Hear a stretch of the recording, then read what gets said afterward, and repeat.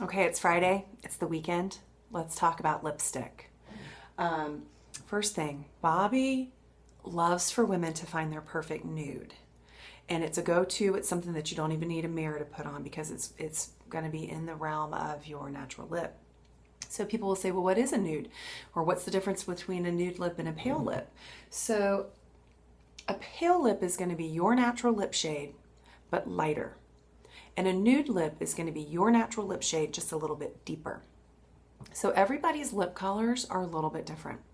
I put on lipstick earlier today, so this isn't quite my natural. I've got a little bit of a lip stain going on, but I have a paler, lighter pink lip. Some people might have a peachier lip. Some people might have more brown in their lip. Others might have deeper tones, like a really rich kind of raspberry color. So everybody's lips are different, and you can really just look in the mirror and assess what you see. Okay, what do you see in your lip color? So for me, because I'm more in the light pink tone, I have two shades here. Pale pink is this one. Sandwash pink is this one. Now, when I hold them up, this is another trick. Let's say you don't have an artist with you at a counter and you don't really know what to do. You can hold these colors up to your lip. You can look in the mirror and you can kind of see what they're doing for you. So you can see this one, even though this isn't quite my natural lip right now.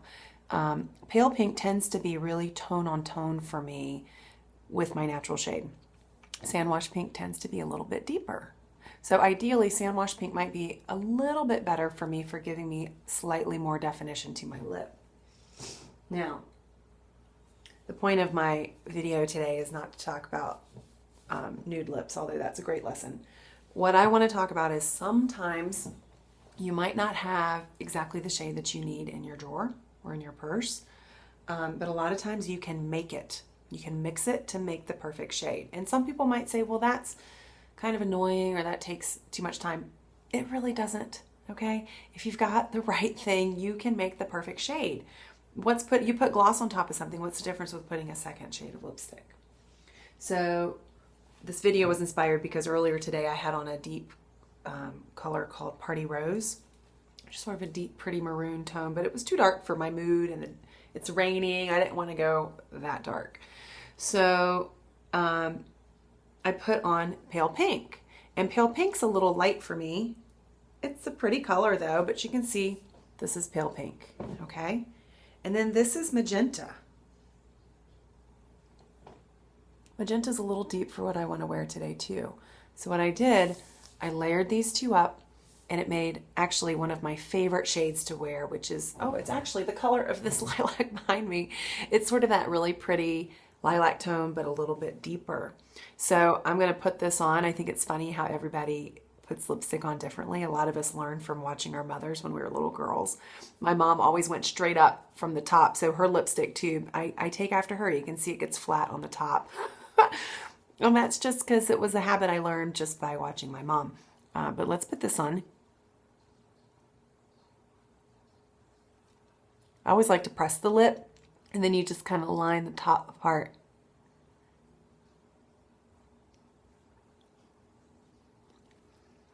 So this is pretty. You know, it's not doing a whole lot for me today, but it's pretty. And then let's put magenta on top.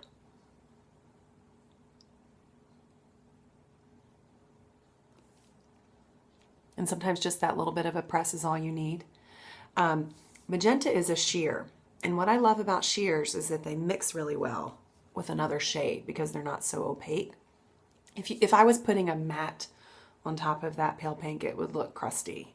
But the sheer is going to have more pigment, more color than a gloss, so it's going to shift the color more.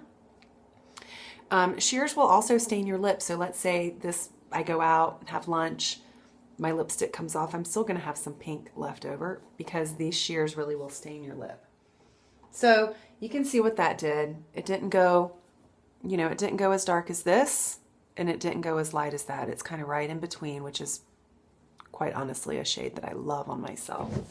Now, let me show you another crazy color, something like this, Atomic Orange, which is fun. It's fun to wear. I wear this by itself. It's not everybody's thing, but what somebody could do with Atomic Orange is again, shift a color.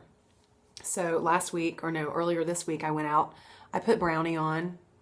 Brownie goes, it's deep, but for some reason it goes a little murky on me. It's a little pinky. It's not real exciting, but I have it in my drawer and I don't want to waste it. So again, I'd rather not waste the color. Maybe you have a shade that you bought that you're not crazy about. Play with it. See if you can use it and find a shade that you like. And then here is Atomic Orange. See how bright that is? But when you layer the two,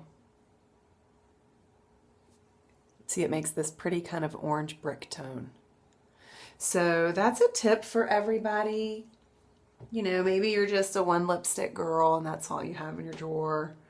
Maybe if you want to change up your color, you could go take it into the counter, ask for an option to layer with, and then you could have two different colors. You could have one by itself, the other by itself, or then them together. Because there are days that I wear magenta by itself and it looks great and it's perfect for me.